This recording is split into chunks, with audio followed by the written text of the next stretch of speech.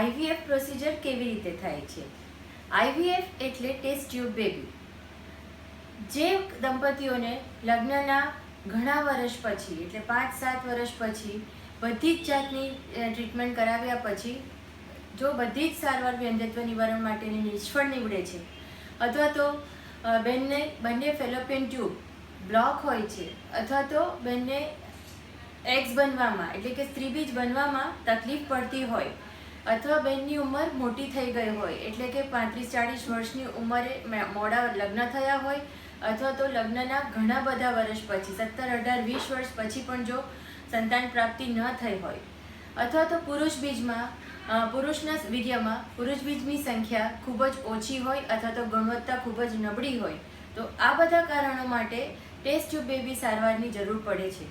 ઘણા બહેનોને ગર્ભાશયનો પ્રોબ્લેમ હોય સિવિયર અને બાળક એમાં ટકી જ ન શકતું હોય અથવા તો ગર્ભાશય હોય જ નહીં, જન્મજાત અથવા તો ઓપરેશનને કારણે કાઢી નાખવું પડ્યું હોય તો તેવા બહેનો પણ સરોગસી એટલે કે ઉછીની કૂખ પદ્ધતિથી સંતાન પ્રાપ્તિ કરી શકે છે. અને જે બહેનોને વારંવાર કસુવાવડ થઈ જતી હોય તો એ બધા બહેનો માટે પણ ટેસ્ટ ટ્યુબ બેબીની સારવાર એક અકસીર ઉપાય છે સંતાન પ્રાપ્તિ કરવા માટેનો. જે પુરુષના વીર્યમાં પુરુષ બીજની સંખ્યા ખૂબ જ ઓછી હોય, નહિવત હોય અથવા તો 0 હોય તો પણ હવે આધુનિક ટેસા અને પેસા પદ્ધતિથી એ આઈવીએફની એક ખૂબ જ એડવાન્સ પદ્ધતિઓ છે.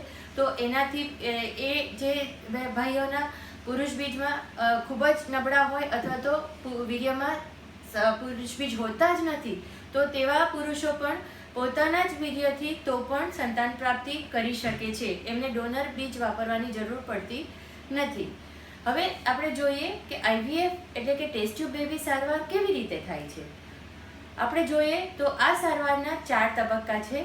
એક તો માસિક પહેલાંના અઠવાડિયામાં ડૉક્ટર તમારા હસબન્ડની અને તમારી એટલે કે યુગલની બંનેની ઘણી બધી લોહીની તપાસ કરવી પડે છે.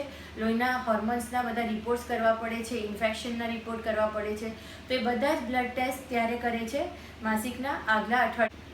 હિસ્ટ્રોસ્કોપી એટલે કે ગર્ભાશયની અંદરની દિવાલની દૂરબીનથી થતી તપાસ જે એનેસ્થેસિયામાં કરવામાં આવે છે. 10 કે 15 મિનિટની પ્રોસિજર છે.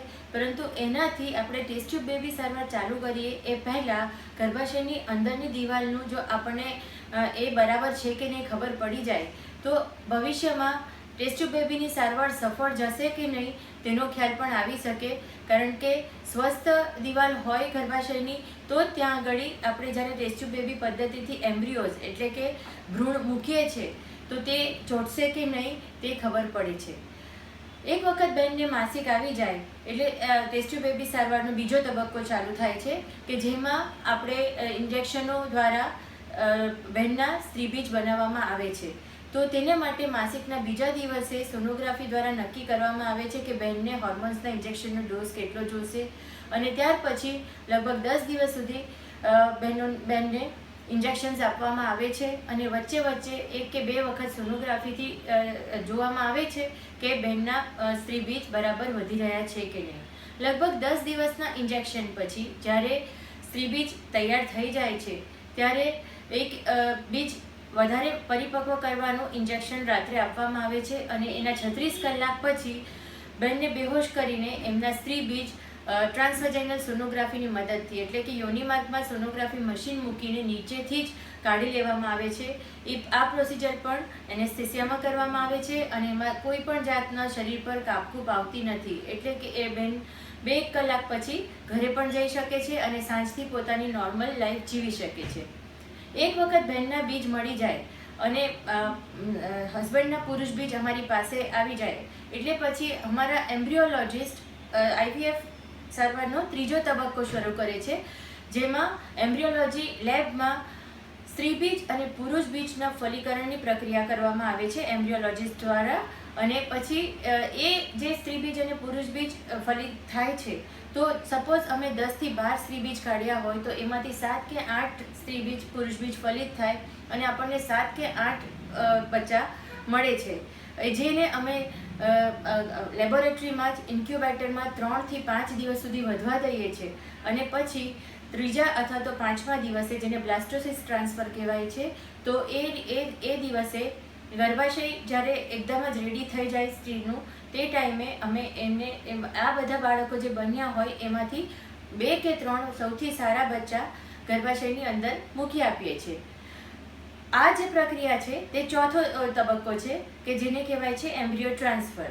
તો તે વખતે આ જ્યારે ગર્ભાશયમાં બાળકો મૂકવામાં આવે છે ત્યારે પણ કોઈ પણ જાતનું એનેસ્થેસિયા આપવામાં આવતું નથી. બહેનને ખાલી ભરેલા બ્લેડરે એટલે કે પેશાબ રોકીને બોલાવવામાં આવે છે, જેથી કરીને સોનોગ્રાફી દ્વારા અમે ગર્ભાશયની અંદરની દિવાલ જોઈ શકીએ અને બાળક ક્યાં મૂકવાનું છે તે જોઈ શકીએ. અને પછી બધું જ રેડી થાય ત્યારે એમ્બ્રિયોલોજિસ્ટ અમને 3 સૌથી સારામાં સારા બચ્ચા આપે છે, ભ્રૂણ આપે છે, એમ્બ્રિયો આપે છે અને એને અમે સોનોગ્રાફી ગાઈડન્સથી બહેનના ગર્ભાશયમાં મૂકી આપીએ છીએ.